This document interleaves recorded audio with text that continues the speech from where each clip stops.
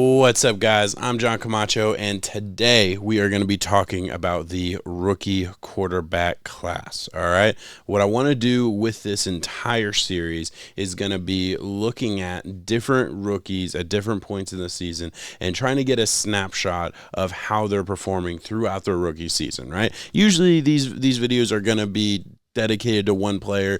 I feel like the quarterback class is always going to be compared to each other. The quarterbacks in their quarterback class, I should say, always going to be compared to each other. So it seemed only fitting for the first version of this series to be very quarterback heavy and just talk about all three. I don't think we can start anywhere but with Jayden Daniels. I am recording this one day after he absolutely put himself on the map and showed the entire world what he is capable of against the Cincinnati Bengals on Monday Night Football, right? That performance was something that obviously I got every Commanders fan excited, but it gets football fans excited, right? And we're talking about a guy who was ranked 23rd, according to PFF, after week 2, jumped all the way up to 8th.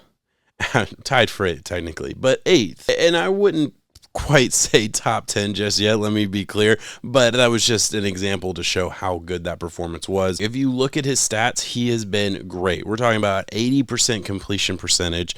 Let me put myself here. We got over 3 games. He's 664 passing yards, another 171 rushing yards, 3 touchdowns on the ground, 2 touchdowns through the air. And yeah, this past week against Cincinnati was special. 91% completion percentage, only missed 2 passes in the entire game. I didn't even realize that. That is absolutely insane.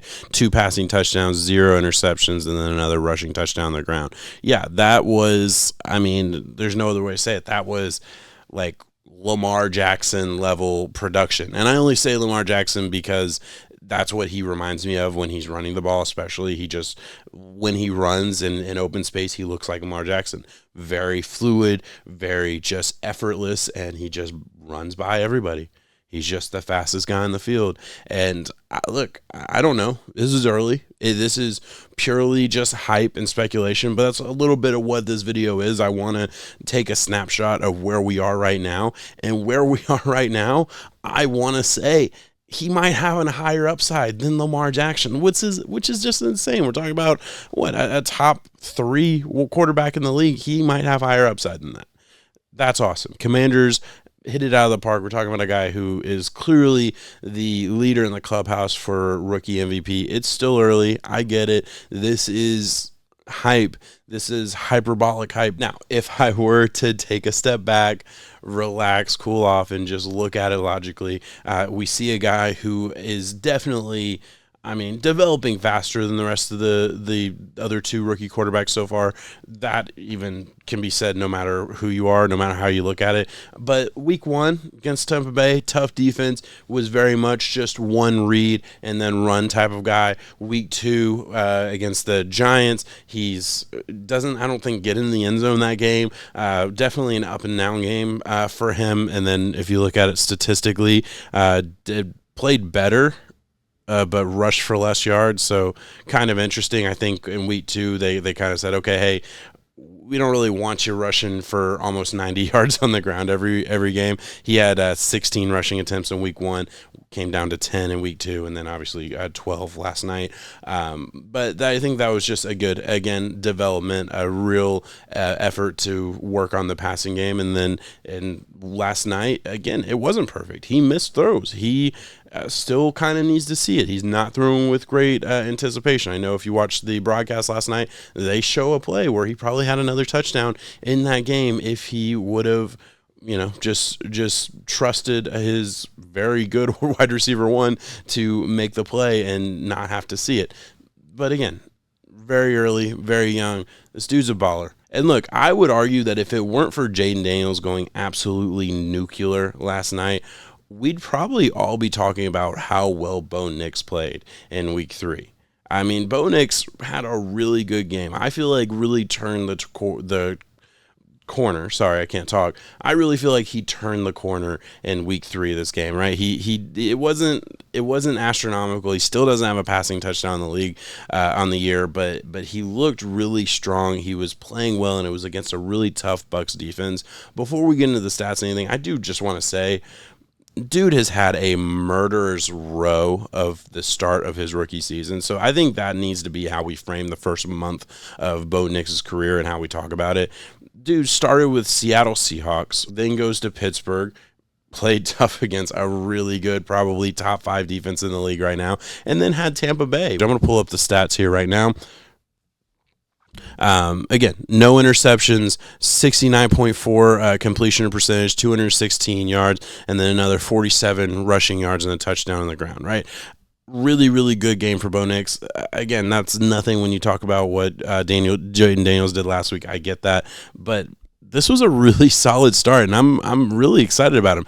Take away the first 2 weeks, right? 4 interceptions in the first 2 weeks. That's not good. Completion percentage was down, especially against Seattle. Only threw for 138 yards. That was rough. Again, against Pittsburgh, threw for almost 250. That's way above the NFL average right now, so I'll give him credit there. And doing all this with very little run game coming from Denver right now, yeah, I'm excited. I think there's a lot to like out of Bo Nix. I think there's a lot to like out of what he's shown so far. He's doing some really good things. He is young. As far as an NFL rookie is young, I understand that he was an older rookie, but still, 24 years old, doing a lot of really good things early on a Denver Broncos offense, at least, that doesn't look to be that great. Oh, and by the way, threw 2 interceptions in the first 2 weeks.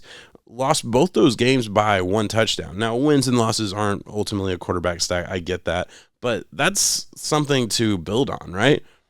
Take away 1 or 2 of those, they might be undefeated. That might be a little bit of a stretch. Like, he didn't play great in those games, I wouldn't say, but look, it's going in the right direction. He's doing really, really well. Now, to be fair, still, I think, ranked 31st on PFF rankings, and then Caleb Williams is ranked 32nd on PFF's quarterback rankings so far. Again, super early, but I don't think that's what any of us expected, especially with the weapons that he was going to have, as highly as he has been spoken of coming into the draft. I mean, this was the next chosen one. This is, comparable to what we thought Trevor Lawrence would be coming out, who maybe disappointed a little bit. What we thought Andrew Luck would be. Like, I mean, this is high praise. We don't get guys like this very often in the league, and this was the next one.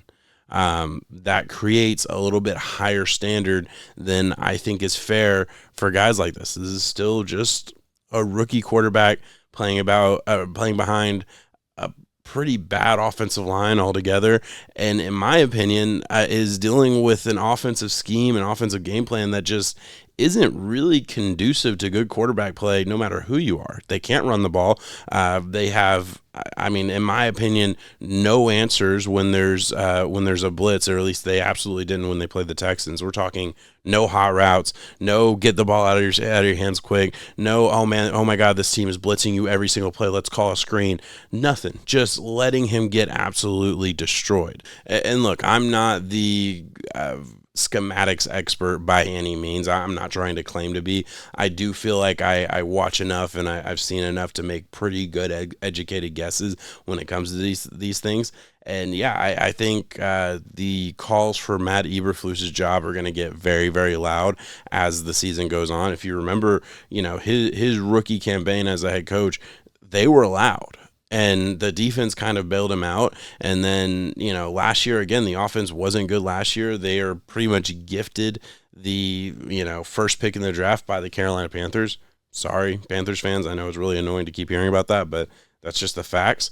And now they're sitting in a situation where, hey, the defense is really good. Really, really good. I like their defense a lot.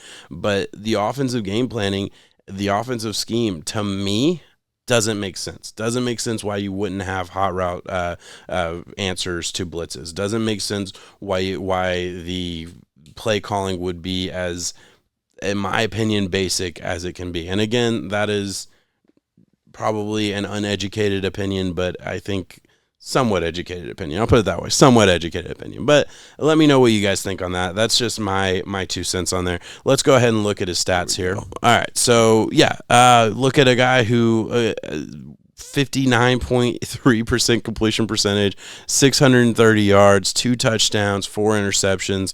But again, I think if you look at his splits, you're looking at a guy who did kind of turn the corner. 363 passing yards last week.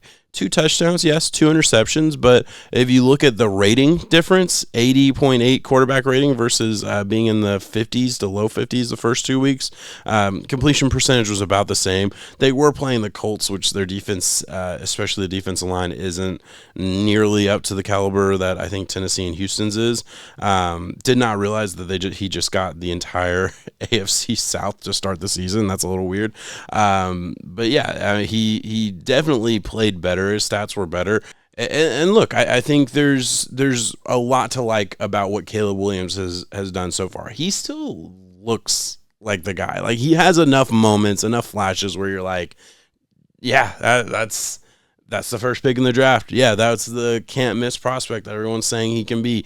He still has all of the I'm not going to say it, but he has been compared to number 15 more times than he probably should have been so far. And I hate to compare him to that guy just because he's kind of the benchmark of what a great NFL quarterback is right now.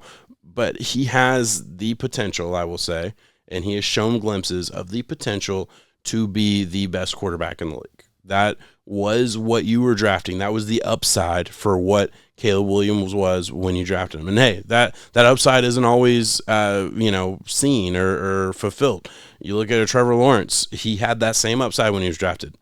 He didn't hit it. I don't, you can argue whether you think he will hit it or anything, but he has at no point been a top 5 quarterback in the league, I would say, and certainly by no point been in the same conversation as a Patrick Mahomes, Josh Allen type of guy. But Caleb Williams still has that. Jayden Daniels still has that. That was what they were drafted to be 3 weeks into the season. I think both of those guys have it. Jayden Daniels is on his way. Caleb Williams, I think, is dealing with really bad offensive line play. Is dealing with, again, I've said it probably too many times in this video already, offensive schematics, offensive play calling, whatever you want to call it, issues that I do think are going to involve people getting fired at the end of this football season. But regardless, that's what you have. And then again, just to put a bow on it with Bo Nix, obviously wasn't drafted to be quite that guy. He was the 5th quarterback drafted in this class, but this was a special quarterback class. Don't forget it. Bo Nix already, in my opinion, looks like a competent starter. Maybe that's a little bold after just one game, but that one game gave me enough hope to say, yeah, like this is going in the right direction.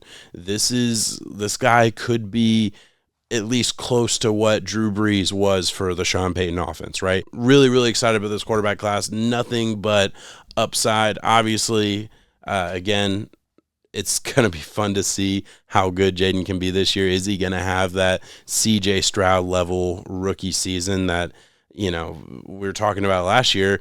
I don't think anybody even expected what we got from CJ Stroud sitting here last year. We are only really willing to mention that now because we saw it out of CJ Stroud so recently, but that's rare. That's super, super rare. You have to go back years. I mean, years and years and years before you can talk about a rookie who did what CJ Stroud did in his first year. Jayden Daniels has the potential, the possibility, the upside to do that year one. That would be incredibly exciting to get it 2 years in a row. All right, I'm going to be done talking. Thank you so much for watching.